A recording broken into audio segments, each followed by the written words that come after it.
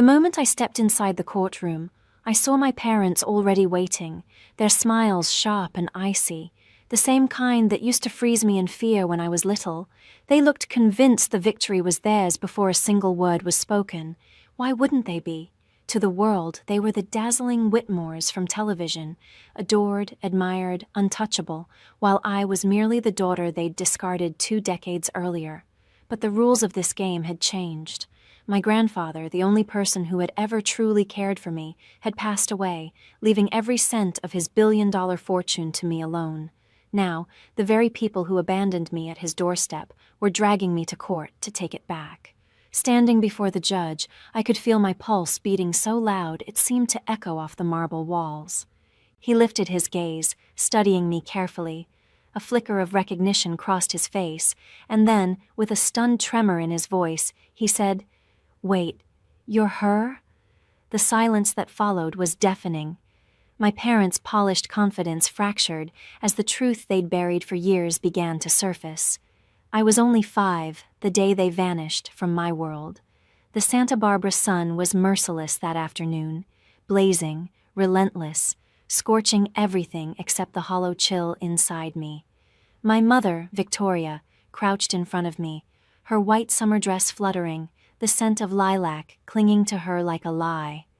"Be good for Grandpa, all right, sweetheart?" she said, her forced smile trembling at the edges. Her lipstick looked too bright, her eyes too dry.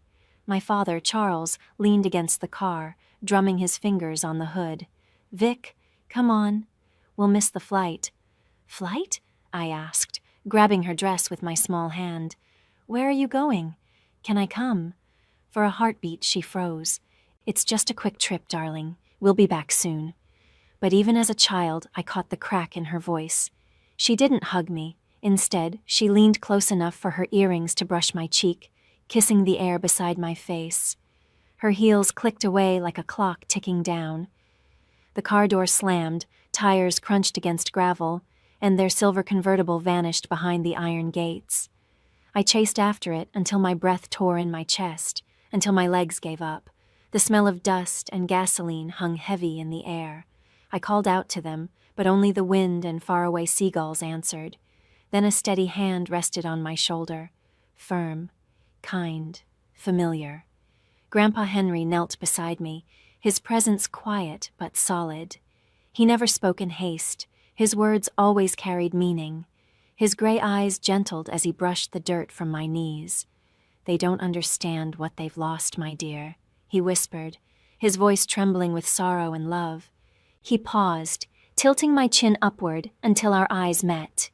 "You'll never be unwanted again," he said softly, before lifting me into his arms as if I were weightless and carrying me back toward the mansion. My head rested on his shoulder, and the rhythm of his heartbeat steadied the fear still pulsing inside me. That was the first moment that felt safe all day. Later that night, I sat in the vast kitchen, my legs swinging above the tiled floor while he stood by the stove making cocoa himself. No staff, no formality, just him. "Extra marshmallows, right?" he asked, smiling faintly. I nodded, tears blurring my vision. When he tucked me into bed, the house seemed too large, too still. The slow, steady tick of the grandfather clock echoed like the footsteps of people who would never return. "Will they come back?" I whispered. He hesitated, then ran a gentle hand through my hair. "Some doors, my dear Emma once closed, should remain shut." Before switching off the lamp, he added quietly, "You'll never have to chase love again. From now on, it lives right here." In the dim light, I clung to his hand and believed every word. That was the night I stopped waiting for my parents and started belonging to someone who truly stayed. Life with Grandpa Henry bore no resemblance to the movies about billionaires. His estate perched on the cliffs of Santa Barbara, gazing out over the Pacific like a silent sentinel. Inside, though, there were no lavish galas or servants bustling about. The rhythm of the house was calm, precise, and filled with meaning. Every morning at 6, his gentle knock woke me. "Up, Emma. The world doesn't wait for those who linger," he'd remind me. I would shuffle to the kitchen, where he sat already with black coffee and the morning paper spread wide. "Read this," he'd say, tapping a headline. "Then tell me what they're not telling us." At first, I barely understood, a little girl trying to finish her breakfast. But over time, his lesson unfolded. Never believe a story just because it's printed. Truth, he said, hides beneath the surface, waiting for those who dare to dig for it. He was the founder of Whitmore Industries, a vast network of shipping and logistics that tied nations together. Yet to him, integrity always outweighed wealth. Money, he'd often say, is like salt water. The more you drink, the thirstier you become. So make sure what you crave is worth it. I watched the world bend toward him, politicians eager for his handshake, lawyers seeking his wisdom, employees driven not to disappoint. He ruled with fairness, never cruelty, his authority quiet but absolute. When I turned 10, he finally brought me to his office. The glass towers downtown shimmered under the fading light, glowing like the future he was preparing me to inherit. Inside the building, every person greeted him with quiet respect, and me with cautious curiosity. "This is my granddaughter," he announced, pride in his tone. "Someday, she'll ask tougher questions than any of you."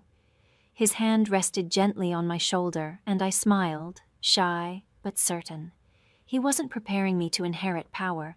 He was teaching me how to see the truth beneath appearances. Every weekend, we'd drive to the community center he'd built. While other tycoons sent checks and posed for cameras, Grandpa stayed for hours, kneeling beside children as they learned to read or showing teenagers how to manage their first savings. "Power means nothing," he often whispered, "if you use it only to stand above others." When I turned 16, I saw my parents' faces again, glowing on a television screen. They were laughing on a Los Angeles red carpet, promoting a new reality show about redemption. My hands tightened around the remote until my knuckles turned white. Grandpa came in quietly, his eyes following the flickering image. "Do you miss them?" he asked. The truth trembled on my lips, but what came out was softer. "Not anymore." He gave a slow nod. "Good. Missing those who left is like staring at closed doors. You'll miss the ones still open." That night, he handed me a small, worn journal bound in brown leather. "For your truth," he said. "One day the world will try to change it. Don't let them." I had no idea then that this book would become my shield, the evidence that would one day protect me when my parents tried to erase me in court. The morning he passed away, the world felt unsteady. The air hung still, the sea below the cliffs too calm. I found him in his study, his head bowed over his desk, glasses still perched above an open page. The final line he'd written read, "Truth, in the wrong hands, turns to poison." I didn't cry at first. I just stood frozen, staring at the man who had filled every void in my life. Then the grief broke through, sharp and relentless. His funeral gathered the city's elite, magnates, judges, even ex-presidents, all eager to be seen honoring Henry Whitmore, the man who built an empire on integrity. But I wanted none of that. I just wanted one more hour with him, one more of his lessons, one more warm cup of cocoa on a rainy evening. And then I saw them. My parents stood near the front, dressed in sleek black, faces hidden behind designer sunglasses. My mother, Victoria, dabbed her eyes with a lace handkerchief, her tears as artificial as her smile. My father, Charles, looked detached, impatient, like the service was keeping him from something better. When the ceremony ended, they came toward me, the first time in 22 years. "Emma," my mother said softly, tilting her head, "you've grown so much." I took a step back, meeting her painted face with a steady gaze. "You remembered my name." Her smile faltered for a second before she forced it back. "We're family," she said lightly. "We should reconnect." "Family?" I repeated, the word tasting bitter. "You left me with him like I was baggage too heavy to keep." Charles' expression hardened, his jaw clenching. "You always did have a flair for drama." Before I could reply, Henry's attorney, Mr. Samuel Briggs, appeared in the doorway and announced that everyone should gather in the estate office for the reading of the will. A low murmur rippled through the guests as they filed inside. My pulse pounded so loudly I could hear it in my ears. Samuel cleared his throat and began to read. The late Judge Henry Whitmore leaves all properties, including the Whitmore residence, corporate assets and financial holdings, to his granddaughter, Emma Whitmore. The silence that followed was absolute. My mother gasped audibly. "That's not possible," she stammered. Charles slammed his hand on the polished table. He was old. He wasn't in his right mind. But Samuel didn't waver. He also left a written message for his son and daughter-in-law, he said, his tone steady. It reads, "Those who abandon truth for comfort have already surrendered their inheritance." Victoria's lips trembled. "He can't do this. We're his children." Samuel met her eyes without flinching. "He already gave you everything that mattered, a chance to be decent. You chose to waste it." I stood motionless, my fingers gripping the table's edge until they ached. For the first time, I saw my parents stripped bare, their polish gone, their charm unraveling in front of everyone. When the crowd began to drift away, my mother turned toward me, her voice low and venomous. "You'll regret this, Emma. You don't deserve a single piece of what he built." I met her stare evenly. "Neither do you." Outside, the wind roared through the gates, scattering white petals from the funeral wreaths across the gravel. In that moment, I understood that grief and greed often arrive together, and in the whisper of the wind, I could almost hear Grandpa's voice. "Stand tall, Emma. The truth always reaches back." It began again a week later, with a thick white envelope waiting on my doorstep. No sender, just my name written in bold, unmistakable handwriting, Emma Whitmore. I tore it open, expecting sympathy cards. Instead, my eyes froze on the heading, Notice of Civil Action. Below it, the words hit like a blade. Charles and Victoria Whitmore versus Emma Whitmore, claim of undue influence. For several seconds, I couldn't move. My hands trembled so violently that the papers slipped from my grasp. My own parents were taking me to court, accusing me of deceiving the only man who had ever loved me into giving me everything he owned. Within hours, the story exploded. By evening, every headline screamed the same scandal. Billionaire's granddaughter sued by estranged parents for $1.6 billion estate. Paparazzi swarmed outside the gates, camera flashes slicing through the dark like bursts of lightning. Early the next morning, my attorney, Robert Hayes, called. His voice carried that practiced calm only years in chaos could teach. "Emma, they're moving quickly. The filing's in Los Angeles County. Your father still has friends there." "Of course he does," I muttered. "He always had power, just never the kind that counted." Later that day, I met Robert in his downtown office. He pushed a stack of documents across the desk. "They're alleging you cut off your grandfather's visitors, interfered with his medical care, and pressured him to change his will." A sharp laugh escaped me. Controlled access? He was protecting me from them, not the other way around. Robert exhaled slowly. "I've handled ugly estate disputes, but parents suing their own daughter? That's a first." "They're not my parents," I said, my voice barely above a whisper. "They're strangers tied to me by DNA." Still, my thoughts drifted to Grandpa's final weeks, the soft-spoken dinners, his weary smile, the tremor in his hand when he signed letters. Did he foresee this coming? Maybe that's why he left the journal. Maybe he knew I'd need it. 2 days later, as I left a cafe, a tabloid reporter lunged forward, cameras flashing. "Emma, did you manipulate your grandfather? Did you threaten him?" I stopped, faced the swarm, and replied steadily, "If loving the man who raised me counts as manipulation, then yes, I'm guilty." By the next morning, a blocked number lit up my phone. "Enjoying your fame?" My mother's voice slid through the line like ice. "Why are you doing this?" I asked. "Because you took what's ours," she said coldly. "You stole our life. Now we'll take yours." Then the line went dead. That night, I sat alone in the study where Grandpa once taught me how to read contracts. His photograph rested beside the familiar leather journal. I opened it, my fingers tracing his fading handwriting. "When truth is tested, stand still. Let them strike. They'll only hurt themselves." I closed the book, drawing a slow breath. The fear remained, but beneath it, something stronger began to rise. Resolve. If they wanted a battle, they'd chosen the wrong Whitmore. When the first hearing arrived, the sky hung heavy and bruised, clouds pressing low over Los Angeles. Reporters crowded the courthouse steps, hungry for blood. I didn't know whose reputation would die that day, theirs or mine, but I was done running. The courtroom carried the faint scent of polished wood and unease. My parents occupied the plaintiff's table, perfectly posed for the flashing cameras, my mother immaculate in a black dress, my father crisp in a navy suit. They didn't look heartbroken. They looked rehearsed, like actors mid-scene, performing vengeance for the crowd. As I entered, murmurs rippled through the room. "That's her, the granddaughter," someone whispered. My heels struck the marble with deliberate rhythm, though inside my palms trembled. Robert leaned toward me, his voice low and steady. "Stay composed, Emma. Let the facts do the talking." At the bench sat Judge Marcus Nolan, a man with silver hair and eyes that missed nothing. His presence dominated the room even before he spoke.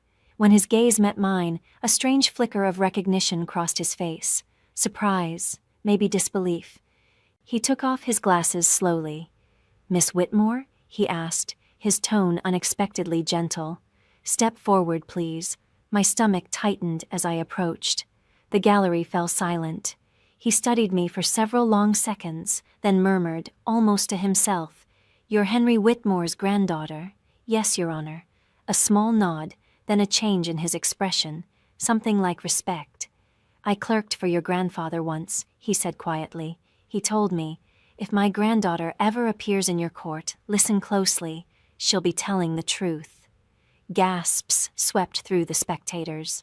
Behind me, I could hear the crack in my mother's mask and the click of my father's clenched jaw. Judge Nolan straightened. "Proceed," he said, his calm voice now edged with conviction, the kind that warned everyone that honesty still had weight here. Their lawyer, Elliot Graves, rose with practiced confidence. "Your Honor," he began silkily, "this young woman isolated her elderly grandfather, interfered with his medical care, and coerced him into revising his will. We intend to prove deliberate fraud." Robert remained unruffled. "We look forward to refuting every falsehood, Your Honor." Graves turned, his smile sharp. "She seems remarkably composed for someone accused of stealing $1 billion. I met his stare, my voice clear and even. "Composure isn't guilt, Mr. Graves. It's faith in the truth." A low hum of approval rippled through the courtroom, the sound of an audience beginning to shift its allegiance. Even Judge Nolan's lips twitched, not quite a smile, but close. Once testimony began, my parents' team threw everything they had: distorted emails, clipped phrases from staff reports, fragments of old correspondence twisted out of context. Each time, Robert met them head-on with clean records, precise timelines, and witnesses whose loyalty to my grandfather's integrity never wavered. But the most brutal blow came when my mother took the stand. Her trembling voice was flawless, every tear perfectly timed. "We only wanted to reconnect with our daughter," she said, pressing a tissue delicately to her cheek. "But Emma pushed us away. She cut us off from Dad. We were only trying to protect his legacy." Her testimony oozed pity, a performance honed to perfection. Yet all I could hear was Grandpa's warning whispering in my mind. Truth in the wrong hands turns to poison. Then it struck me. Poison only harms if you let it in, and I wasn't about to. By the second day, the trial felt more like war. Their attorney, Elliot Graves, strutted across the floor like it was a stage, waving papers and performing outrage for the cameras. But I hadn't come to act. I'd come to finish what they started. Robert rose slowly, composed as ever. "Your Honor," he said evenly, "the defense submits new evidence, medical evaluations, witness statements, and the late Judge Whitmore's personal correspondence. One document in particular deserves attention." At the word correspondence, my mother's back went rigid. She already knew. Judge Nolan gestured for him to continue. Robert handed over a thick folder, then turned toward me. "Miss Whitmore, please take the stand." My pulse thundered as I crossed the room, each step echoing in the silence. I'd rehearsed this moment countless times, but facing the two people who had both created and betrayed me made my chest ache. Robert placed a letter beneath the evidence camera. My grandfather's familiar handwriting filled the screen, steady, elegant, undeniable. To my dearest Emma, it read, "You were never my duty. You were my choice. If you ever stand against those who left you behind, don't meet them with hate. Let truth defend you. It always will." The room went utterly still. My mother's painted composure began to crumble. My father stared down, jaw locked. Robert's voice remained steady. These letters spanned 10 years, each one affirming Judge Whitmore's clear mind, affection, and conscious decision to leave his estate to his granddaughter. Elliot Graves shot to his feet. "Objection, Your Honor. These letters are nothing but emotional theatrics. They prove nothing of legal significance." "Overruled," Judge Nolan said, his voice sharp and final. "The decedent's intent is exactly what this court is here to determine. Continue, Mr. Hayes." Robert gave me a subtle nod. My signal. I reached into my bag and withdrew the leather journal Grandpa had gifted me on my 16th birthday. Its edges were frayed, the spine cracked, each page softened by years of turning. "This," I said quietly, "was my grandfather's personal diary. He wrote in it every night until the week he passed." Flipping to the final entry, I steadied my voice. The ink had faded slightly, but the handwriting was strong. "My son and his wife live for appearances. My granddaughter lives for truth. The estate must belong to her, not as a reward, but as protection. She carries my conscience where I no longer can." The silence that followed felt sacred, almost holy. Then my mother's composure shattered. "He was sick," she cried, leaping from her chair. "He didn't know what he was saying. She manipulated him." The gavel came down with a sharp crack. "Mrs. Whitmore, sit down," Judge Nolan ordered. Her words bounced off the wooden walls and dissolved into nothing. I turned toward her, the woman who gave me life but never love, and spoke softly. "No one manipulated him, Mother. He just finally saw you for who you really are. For the first time in years, I felt the truth settle inside me like armor. I wasn't their pawn anymore. I was Henry Whitmore's granddaughter. By the third day, time itself seemed to drag. Every cough, every whisper, every shifting chair echoed like thunder." I sat at the defense table, fingers locked tightly together, eyes forward. Across the aisle, my parents whispered frantically to their lawyer, their practiced confidence crumbling. Then the door opened. Judge Nolan entered, robes sweeping, his face unreadable. Instantly, the room stilled. He took his seat, adjusted the papers before him, and glanced at me, and for just a heartbeat, I thought I saw pride flicker in his eyes. "This court," he began, his voice calm but unyielding, "has examined all testimony, documents, and correspondence of the late Judge Henry Whitmore. What stands before me is not evidence of coercion, but of greed, misplaced and deliberate." A low stir spread through the gallery. My father's jaw clenched, my mother's fingers trembled visibly. "The plaintiffs," Judge Nolan continued, "have failed to prove undue influence. On the contrary, the record shows clear intent, mental soundness, and deliberate judgment by the deceased." He paused, letting his words hang in the charged air. "Therefore, the court dismisses the plaintiff's claims in full. The will of Judge Whitmore stands. The estate belongs to Miss Emma Whitmore." For a single, suspended heartbeat, the courtroom was utterly still. Then came the rush, pens scratching, cameras flashing, reporters gasping for sound bites. I didn't move. My heartbeat thundered in my ears, drowning out everything else. Judge Nolan turned his gaze toward my parents. "Justice," he said evenly, "does not belong to blood. It belongs to truth." The words hit like a blow. My father sank into his chair, shoulders collapsing beneath invisible weight. My mother stared blankly at the floor, her lips parted but empty of words. The gavel struck once, a sharp, final crack that sounded like the last shot of a long battle. When I rose, my legs trembled. Robert placed a reassuring hand on my shoulder. "It's over," he murmured. "You did it." But victory didn't taste like triumph. It felt like ash, the quiet that comes after a storm, when the smoke still hangs heavy. As I turned to leave, my mother's hand shot out and clamped around my wrist. Her nails bit into my skin. "You think this makes you better than us?" she spat. "You'll regret this, Emma. You'll end up alone, just like him." I looked straight at her, my voice steady. "I'd rather be alone than hollow." I pulled free. Outside, sunlight flooded the courthouse steps, fierce and blinding, a light that felt like cleansing. The press surged forward, microphones thrust toward me, voices overlapping in a blur of noise. "How does it feel to win? What will you do with the money?" I paused halfway down the stairs, the wind off the Pacific tugging at my hair. "It wasn't about money," I said quietly, just enough for every camera to hear. "It was about truth." That night, I sat in the study beneath Grandpa's portrait, the verdict papers resting beside me.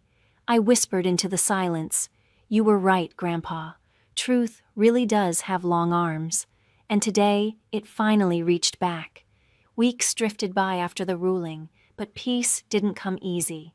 The media frenzy faded, the headlines moved on, yet the quiet that followed felt louder than ever. The estate was legally mine, the mansion on the cliffs, the companies, the fortune, but it all seemed hollow without him. The house felt more like a monument than a home. At night, I wandered its long corridors, past oil portraits and echoing floors, and could almost hear his voice woven into the stillness. Power means nothing if you can't live with your conscience. For the first time, I slept without fear, though not without sorrow. Then one evening, as the sun bled into the Pacific and painted the horizon in deep red light, my phone rang.